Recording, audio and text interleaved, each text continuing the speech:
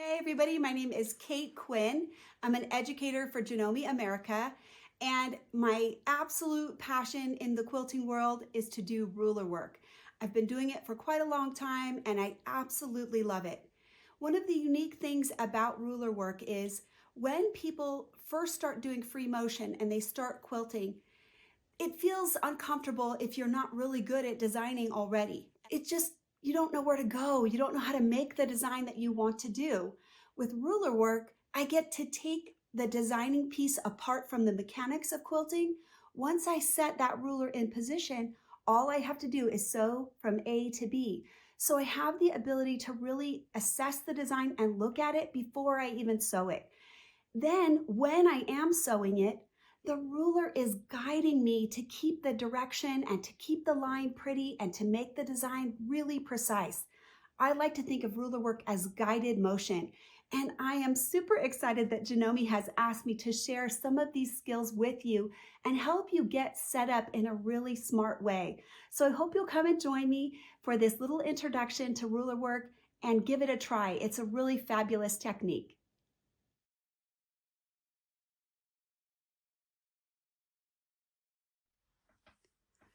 Before we move to setting up our machine for ruler work, I want to show you some ruler feet and give you a few tips about choosing a foot for your machine and what options that you have. So a foot like this is the Janome convertible free motion foot. And this one is high shank, right? You can see that there's a big distance between where the foot is and the screw. I'll bring it up a little closer. And then this is the same type of foot, but used for low shank applications. So you're going to make sure that you have the proper foot that will suit your machine, whether you have high shank or low shank. You need to make sure that you have the correct foot for your machine. Now, let's look at this a little bit more. On this special foot, it's got a little screw right here, and if you look at the back, this piece right here, this is changeable. I can unscrew this and I can take this piece off. And it has a few different options. You'll see that they have that same connector there on the back and it fits right in there, and then the little screw holds that on. So this would be more of an zigzag or a clear view foot or an echo foot. This one is closed toe free motion, and this one is open toe. So all of these can be used with this type of a foot. But the one that we most need for our lesson right now is this ruler foot.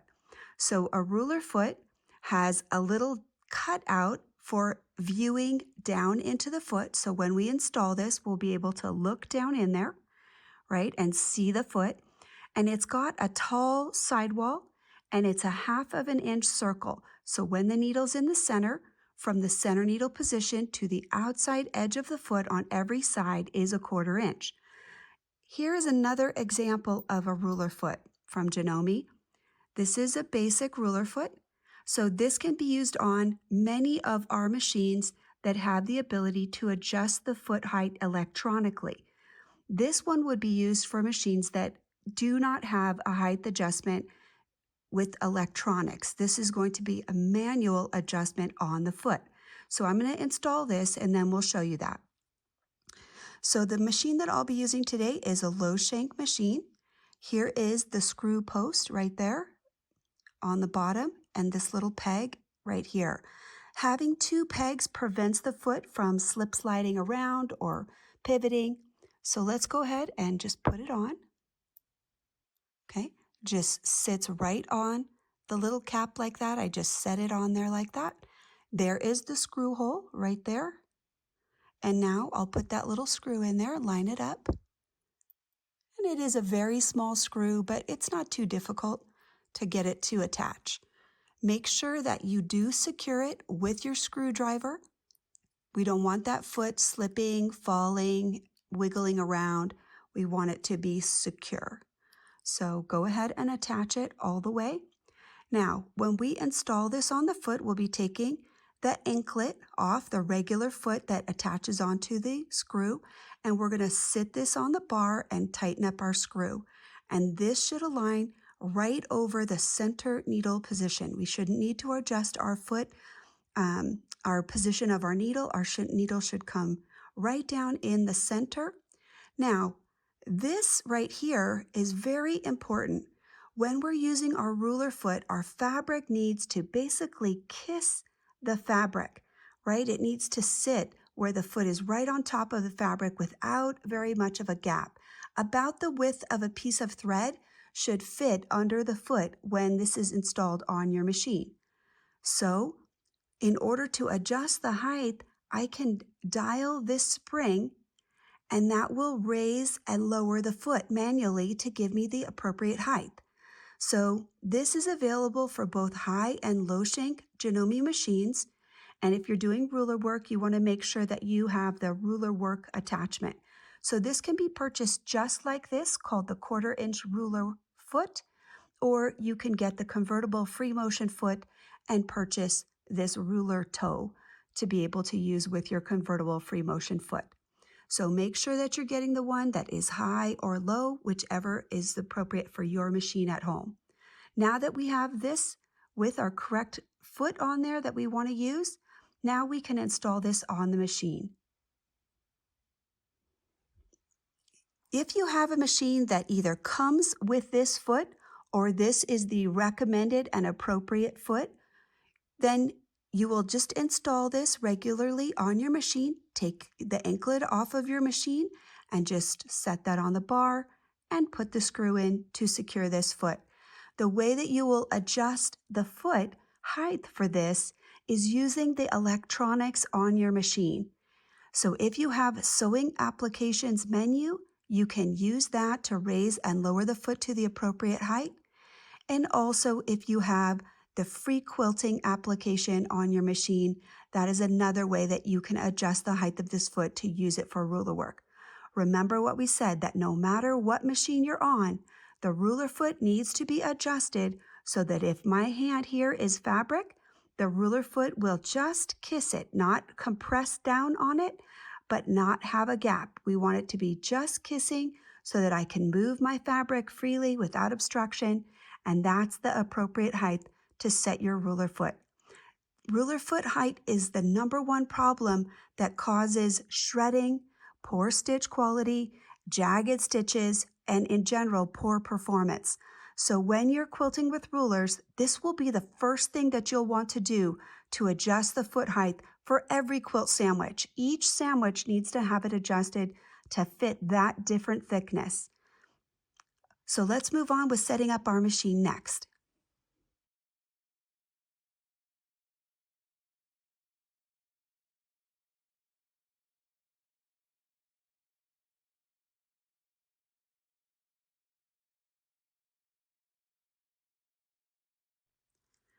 Today I'm working on the Janome 5300. It's a great quilting machine. It's not too heavy, it's portable, so I can definitely take it with me as a travel machine. You'll note that when I'm setting up my machine, I do have my knee lift on.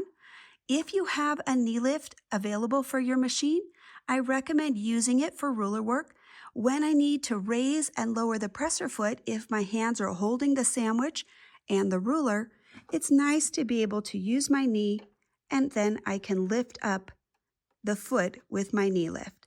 So go ahead and install that if you have it.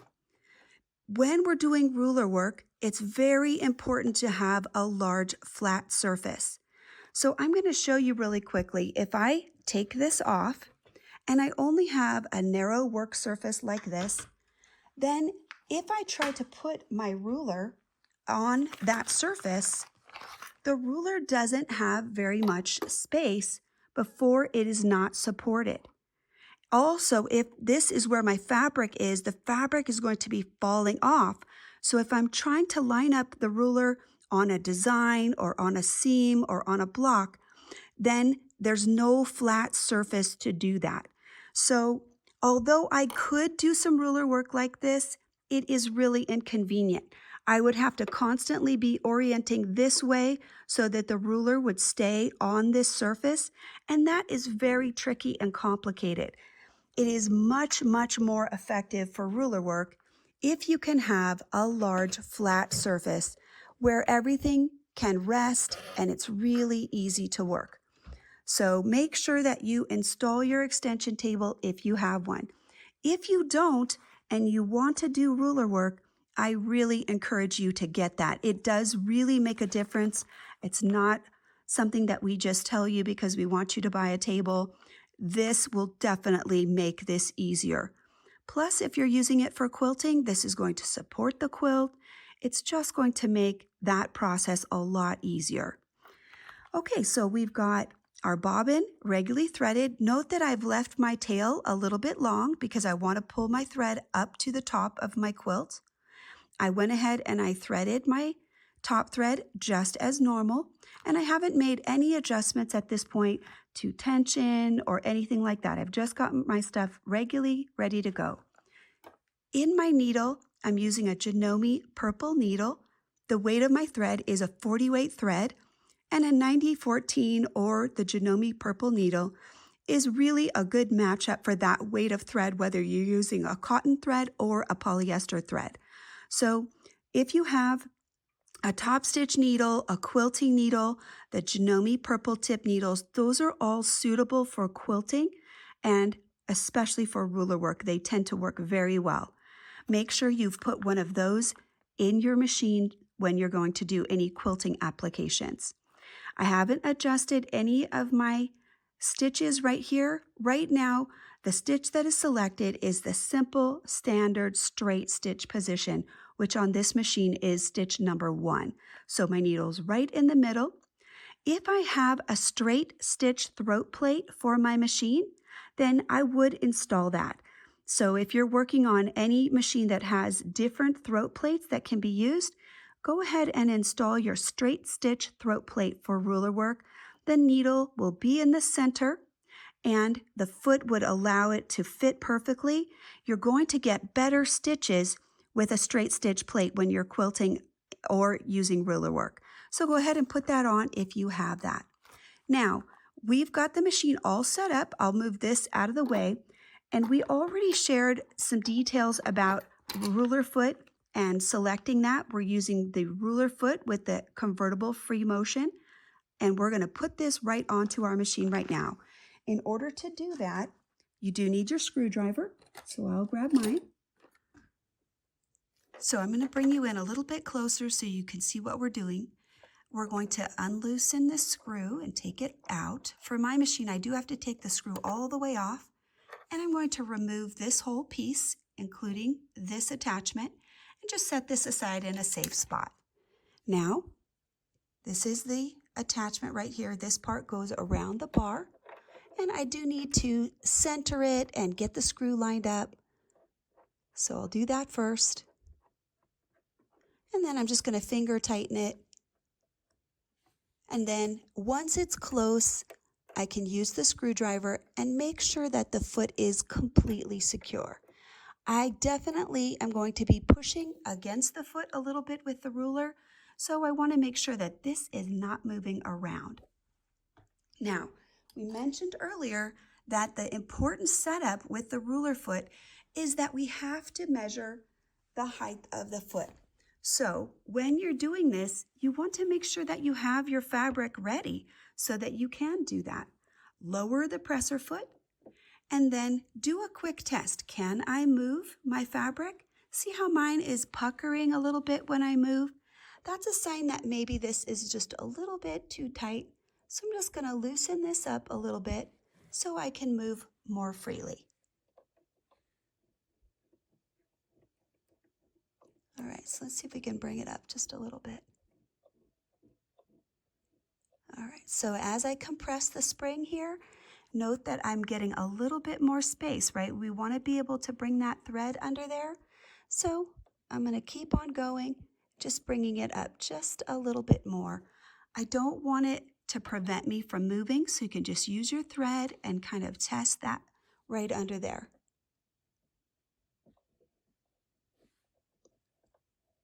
All right, I think that should be good. So you can see now I can move freely. It's not catching on the fabric. It's allowing me to move without any problem. So this is a good place to start. We can make some additional adjustments as we get closer, but it's very important that we check this height for every quilt sandwich when we're working with templates. All right, so let me grab a quick template. Janome has several domestic ruler work kits. This one is the ruler work kit. It's the 6-piece set. I'll kind of show you the front of it. And it has quite a few templates that come in it. And it's going to be packaged like this, right? It's got some, protection on the back, and you can see all the rulers are in there. And this little strip is the grip tape. So my set is pretty well used. You'll probably see that once we start showing some templates. But that is just one of the options that you have with Janome. So here is mine. This is one of the rulers that's in that set. And this is an 8-inch by 3-inch. So the width of the stitch capability is 3 inches and it's 8 inches long. So simple straight ruler and very, very useful tool. Notice that it has some of these grip tapes on it and then there's none on this side. So I want to show you really quickly, what do we do with these and how do we put these on? These white markings and lines that you see on the ruler, they are etched on the back surface of the ruler. So if I take my finger, I can actually feel the cut of these lines and the markings. The purpose of that is when I'm using the ruler here, then it's not going to rub off these lines. This is a protection so that those lines and those markings will last a long time. If I use the ruler upside down, then it's quite normal that those lines will end up casting a shadow and make it difficult to line these up. So if we use it upside down, the lines, and you can see right here, they'll cast a little shadow and it makes it a little bit more difficult to align. So it's not that we can't do that, but you need to understand that generally speaking, when I can read the words on the template, Janome, that's the front side, and then this is the back where these grips are. So when I'm using it and I'm going to put these grips on, I want to put the grips where I'm going to end up with my fingers. If I just take these grips and I just stick in any old place, but that's not how I'm actually going to hold the ruler, then they're not as effective. So take a minute when you first get your new ruler work tools, figure out how you want to hold them, play with them a little bit, and then you're going to end up putting these grips underneath where your fingers are. So you can kind of see where these are.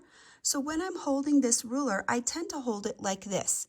And I may move my hand down a little bit more or less, but I want to try to activate those grips. So in general, putting one about right there and one about right there could be very helpful for me the way I want to hold it. Let's go ahead and put those on really quickly. These are pretty inexpensive. They are replaceable. You'll be able to get some new ones if they wear out. They do last a good while, but eventually they may compress and they may come off. So you'll want to get some replacements over time. You can tell if they need to be replaced because they'll start to look very flat. They won't be able to feel the waffle, or you may find the top of this separating from the adhesive. These are super easy to pull off. They don't really leave any residue, so if you ever need to replace them, just gently peel them off. You can see right there, this one is separating. So that's what happens when they get old, and then you can just put a new piece right on there. I wouldn't use alcohol to clean that off. I would just use a mild soap and water if you felt like you needed to, but we'll go ahead and we'll put some new stickies on there. Why do we need grip tape? Why do we need these stable tape stickies? The reason that we need them is we need the ruler and the fabric to move together as one unit. And so think about these as if they were quilting gloves for the fabric. So they're going to make the ruler sort of stick a little bit and not move around. And that's important then so we can move both pieces together. So if you need another grip tape in some spot where you feel like the ruler is moving around, go ahead and just put another one on. People do comment sometimes to me that this obstructs the lines. Really, it doesn't. Usually you'll be able to align over a much longer distance, so just having this tiny little bit covering a tiny bit of the line, I really don't have any problem aligning whenever I have these on there. So the other thing that I like about this type of a grip compared to something that might be very coarse, like a sandpapery grip, is if I want to put my rulers together in the package, this is like a little cloud cushion. It protects the rulers from being up against one another and scratching each other. So I like the fact that these are soft and flexible and they won't damage the rulers as well. Okay, so now I've got my ruler. Let's talk about hand position. Once I have my ruler foot on, I need the ruler to be right up against the foot. Whenever I'm sewing, I want to do this positioning visually. Don't ever just look away and be like, oh yeah, I think I got my ruler there. It's possible that I could put the ruler over the foot like this and it's not moving, so I think it's nice and stable, but it's actually above the foot. So when you're aligning this, make sure that you're positioning the edge of the ruler right against the foot. Another aspect to think about is when we're holding the ruler, if I just hold down here at the bottom and I try to push in towards the ruler foot, it's just going to pivot like that. So it's very important when we're working with rulers that we have pressure behind the foot with our hand here and in front of the foot. So as we're working, we're always having 2 points of pressure on opposite sides of the foot. So if I wanted to position the ruler in the front, I could have pressure on this side, and I would be pushing and pulling like this to move. So hand position is going to be very, very important. So really quickly, I'll just do a little bit of sewing so you can see that hand position in action. As with any quilting application, I'm going to pick up my bobbin thread and just bring that thread up to the top. If you remember, I didn't leave a short tail. I left a long tail with my bobbin so that I could pick up that thread. Okay, so there it is. And then this little cutout right here allows me to align my needle right where I left off. So I'll put my needle right down where the threads came up, and I can look in there and find where that is and just move those out of the way for the moment. As I get started, if I'm doing a line of quilting, I want pressure on the front and back. Try never to start your ruler right there at the tip. This is like playing teeter-totter. I recommend a 2-finger safety rule. You need about at least 2 inches behind the foot so that as you're pressing, everything will be nice and stable. So here we go. We are going to push away from us, and the stitching will come forward just like we do every day when we're sewing regular. One thing that's really important in our machine setup that I didn't mention earlier is that my feed dogs are down. So as I push my fabric right now, I am doing the work. I am making this fabric move by pushing it with this hand, and I can actually do a little bit of pulling or safe securing here, keeping the fabric nice and steady. And then as I move down, maybe I want to change my hand position so my hand is closer to me, and I can just go ahead and keep sewing. Now, let's say this is the end. We can use different lines on the ruler to help us with our design. Let me just turn this. Normally, I wouldn't turn the quilt, but in the interest of working with the camera and keeping this in front so you can see, I'm going to go ahead and keep everything in the front so you have a good view. Let's adjust this just slightly to give you a little bit more of a top-down view here. We mentioned earlier that this foot is a 1/2 inch circle. So the needle's in the center, and this is a 1/4 inch on every side. This right here touching the edge of the foot. So Right now, I'm going to use this center line, and let's just stitch over a little bit. We'll just do a squared up corner right here, and we'll sew over a little bit. Okay, so now let's go ahead and use some of these lines. Let's see how many lines we can get. I think we need maybe one more stitch to get aligned on a line, one or two. Okay, I could tell because when I tried to line it up on these lines, I couldn't quite get it to line up. So you can see it's right here in the middle. So let's maybe take just another stitch or two. We're real close to getting that alignment. Alrighty. One or two more. Let's go ahead and get our alignment right there. There we go. I think that'll do it. Very nice.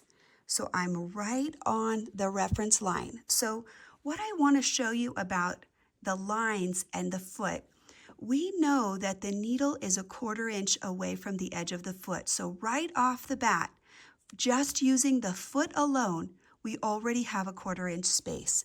Then we have 1/4, another 1/4, and another 1/4.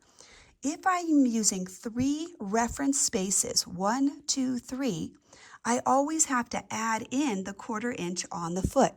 So now that I'm lined up here, I'm aligned on this reference line.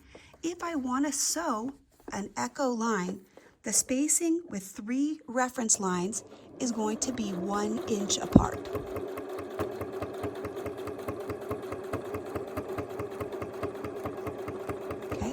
Then remember what we said, as we sew, I'm trying to activate the grip, so I'm getting a little far away from that compression.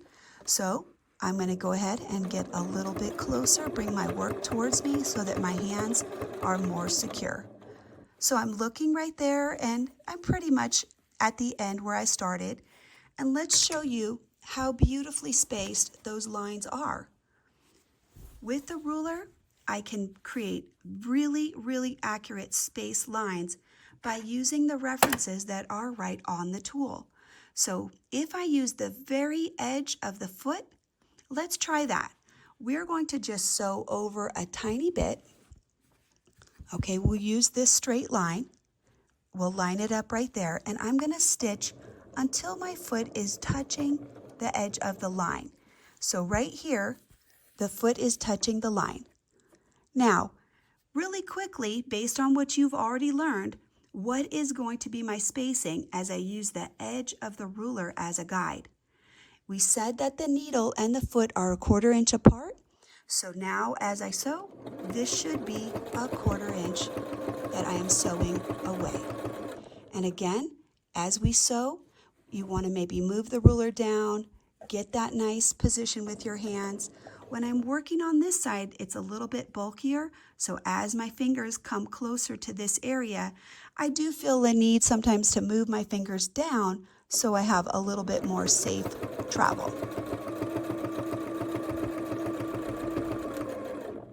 Okay, so let's go ahead and flip it around just so that you can see really quick.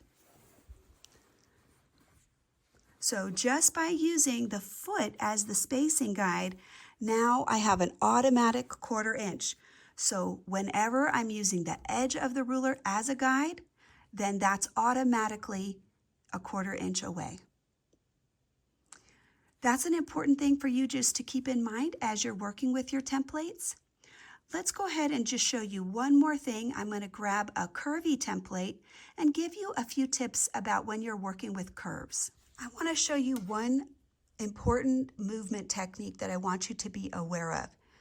If we're using a curvy ruler, people tend to do this wrong action more with a curvy ruler than they do with a straight ruler. So look at this edge right here. It's parallel right here to the side of the machine. You'll see back here that that's a straight line that's right there along the edge of the table. When people do a curvy ruler, they have pulled up their bobbin thread, they put their ruler in place, they're holding it with the wide hand position. They oftentimes will have pressure on and off the ruler. If I'm going to sew, I want to push, and this is what I sometimes see people doing. they actually will rotate the whole thing like this. So you see that that is turning, that this is turning.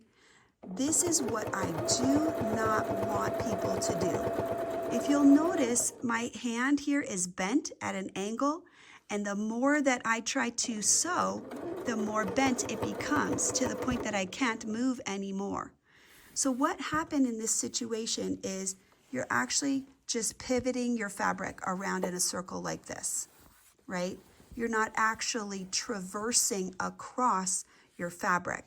So let me show you. If I have a curve and I line it right up here, in general, I'm sewing down, right? I want to go from there to there, which is generally down. So if I hold this, the foot will float right or left to follow the curve. And what I just need to do is push straight. Okay, as long as the ruler foot is touching, the sandwich will float the way that it needs to go. So you can see here, it didn't turn. This back edge is basically still straight along the back of the table. If I want to go side to side on a curve, it's the same. I still can go side to side. Okay, so we're following the curve, but this side has not spun around. So you just keep on letting the foot be in contact. There's my 2-finger safety rule. If I want to go some additional distance, I would just reposition the ruler. So again, let's say we want to go that way, right? So we're basically kind of going at a little bit of an angle like that. So we'll sew a little bit to the left, but notice how we are not rotating. We're just keeping the foot in contact, and we're just pushing along. So if you find that your wrist is turning, your side of your sandwich, quilt sandwich, is rotating like that, if your elbow is coming up from your side, or you're craning your neck, or you're lifting your shoulder, those are all signs that you are doing this, right? So what I want you to practice and really pay attention to is pushing the entire quilt sandwich in order to follow the curve. Push it all the way. Okay, and you can see there how they're all working together. I'm activating these grips all along, and I have a little bit of pressure on the sandwich to help move it, so using both hands.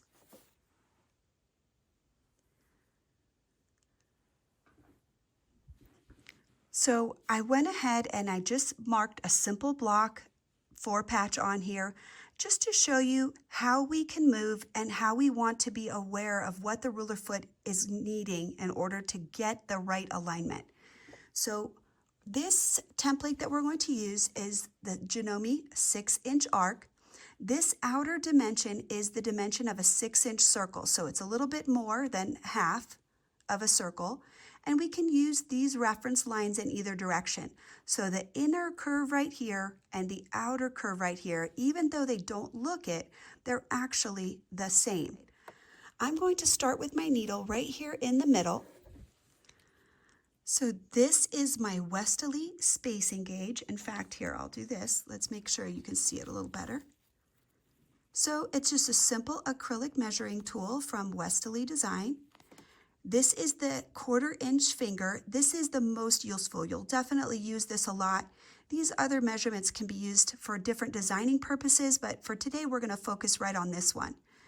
When I align my ruler in order to sew, if I want to end right here at this corner, I need to measure a 1/4 inch away from that corner.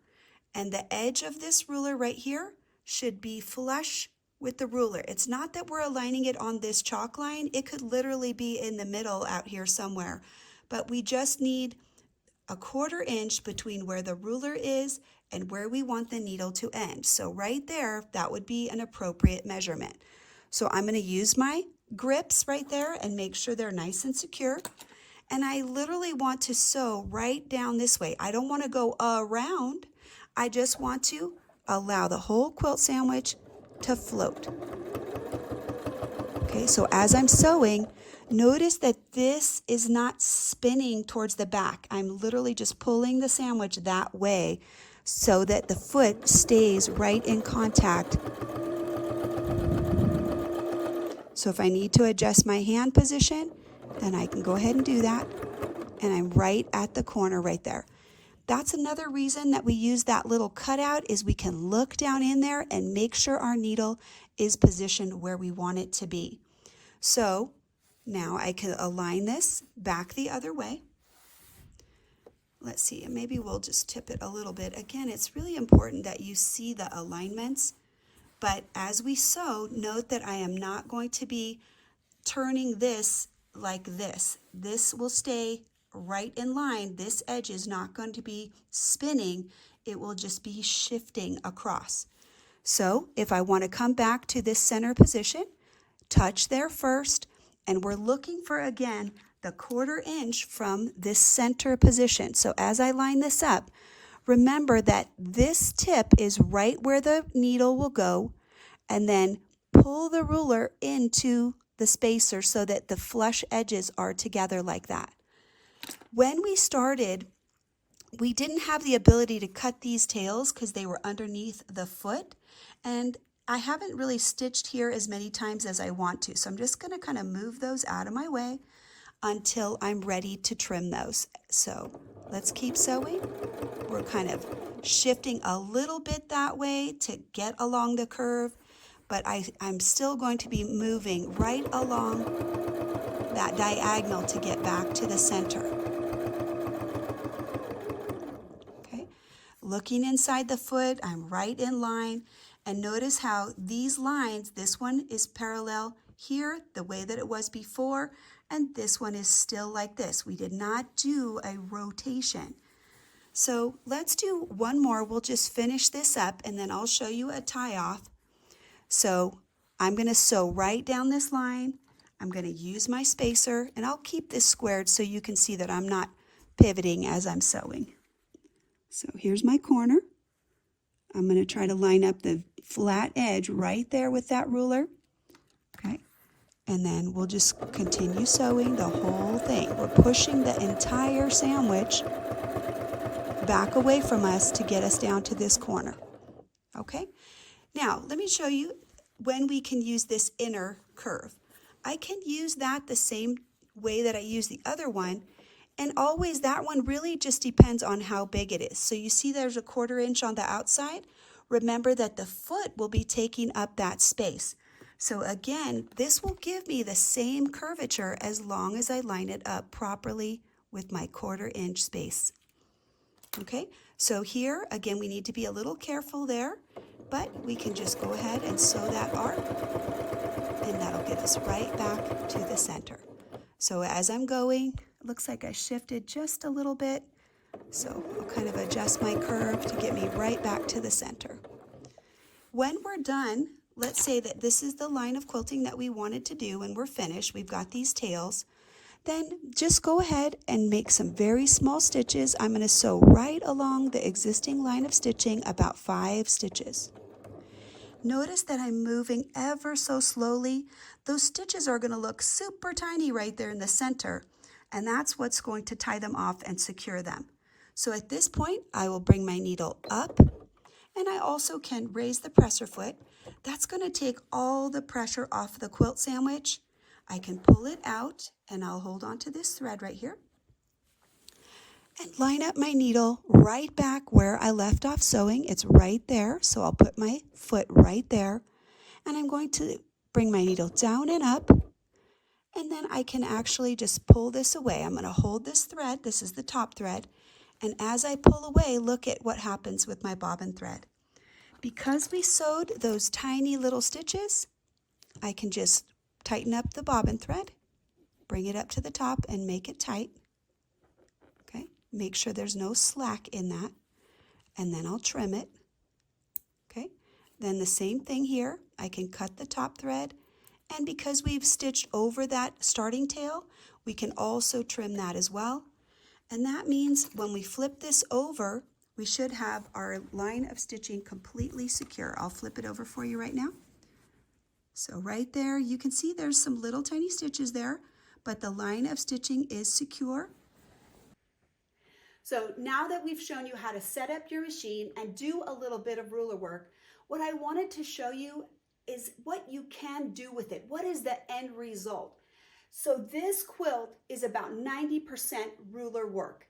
It's a lot of different rulers, but if you only have 2 or 3, you can still do an amazing job with just a few of them. The other thing I wanted to show you is this piece is embroidery. So you can take any of our Janome embroidery products, and the ruler work is a fantastic way to end up quilting those up, and it elevates both aspects. The ruler work looks great and the embroidery looks great, and together they look amazing. So I just wanted to give you that little glimpse into the future. Come on this ruler work journey with me. It'll help make you a better quilter than you ever thought possible.